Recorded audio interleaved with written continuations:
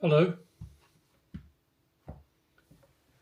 Now, when I was in Finland in 2016,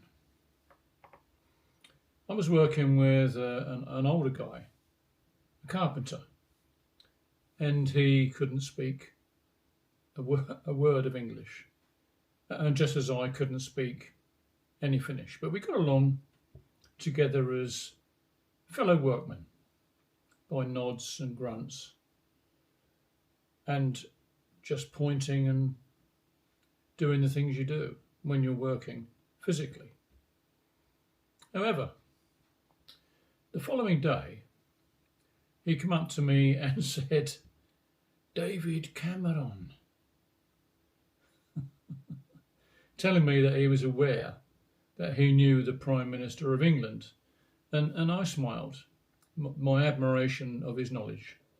And I thought that it was a nice gesture of attempted communication between two different people without a language. Now, let's take a little look at Lord David Cameron. But first, let me tell you my understanding of Lords and England's peers of the realms. Back in the 90s, I found myself working for a Lord. In actual fact, he was an ex-Lord. And his title was Lord Morris of Newfoundland. And it was an inherited title, which no longer happens. And he inherited that from his grandfather, who was responsible for building the railway system in Newfoundland. But unfortunately, he was one of the names who, at that time, invested their money in the Lloyd's of London insurance company. And because of the crash at that time, he lost everything and consequently became bankrupt. Now, the rules of the aristocracy state that no one should attend the House of Lords if they are a bankrupt. And I find this quite hilarious because, as far as I'm aware, the House of Lords is full of men far guilty of far worse things than bankruptcy. Now then, back to Lord Cameron. And let me just say that I give him his full title, but I most certainly do not recognise it as anything other than privilege.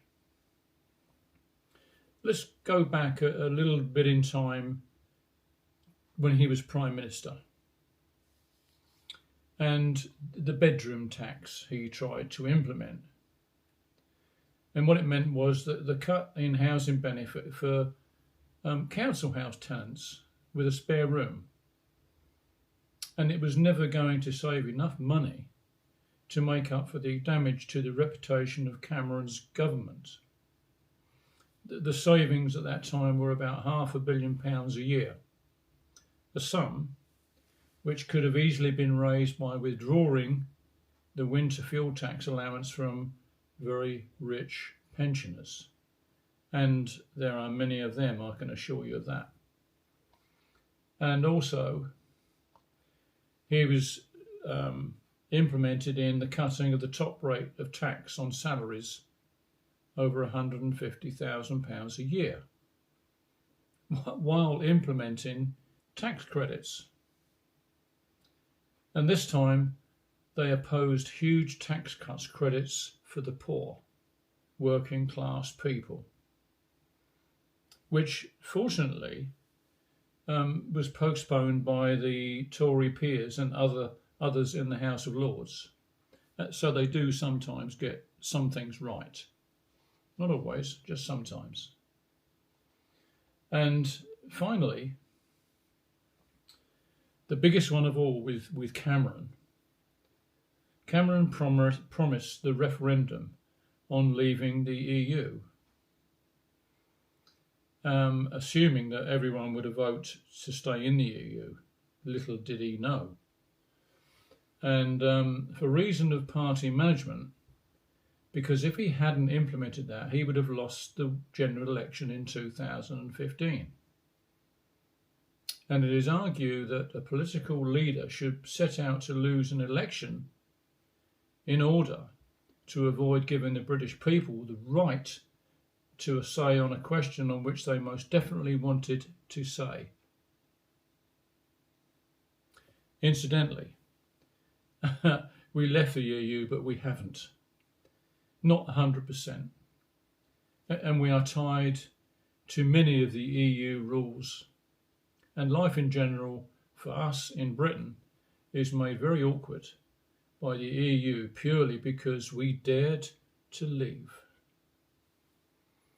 And another thing Cameron was guilty of, if you like, David Cameron made around $7 million from the Greensill Capital before the finance company collapsed.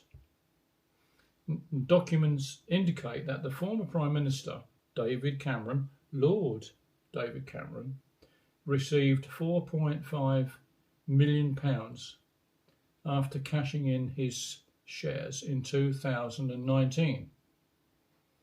Now, Greensill was a company that made money by lending to businesses, and consequently it went into administration in March, leaving investors facing billions in losses, while Cameron, Lord David Cameron, made a mint. Now, the subsequent inquiry found him not guilty of any wrongdoing whatsoever or insider dealing. But I'm guessing those investors who went broke felt very differently about that, what happened. Excuse me. And then we had the post office, the recent post office debacle.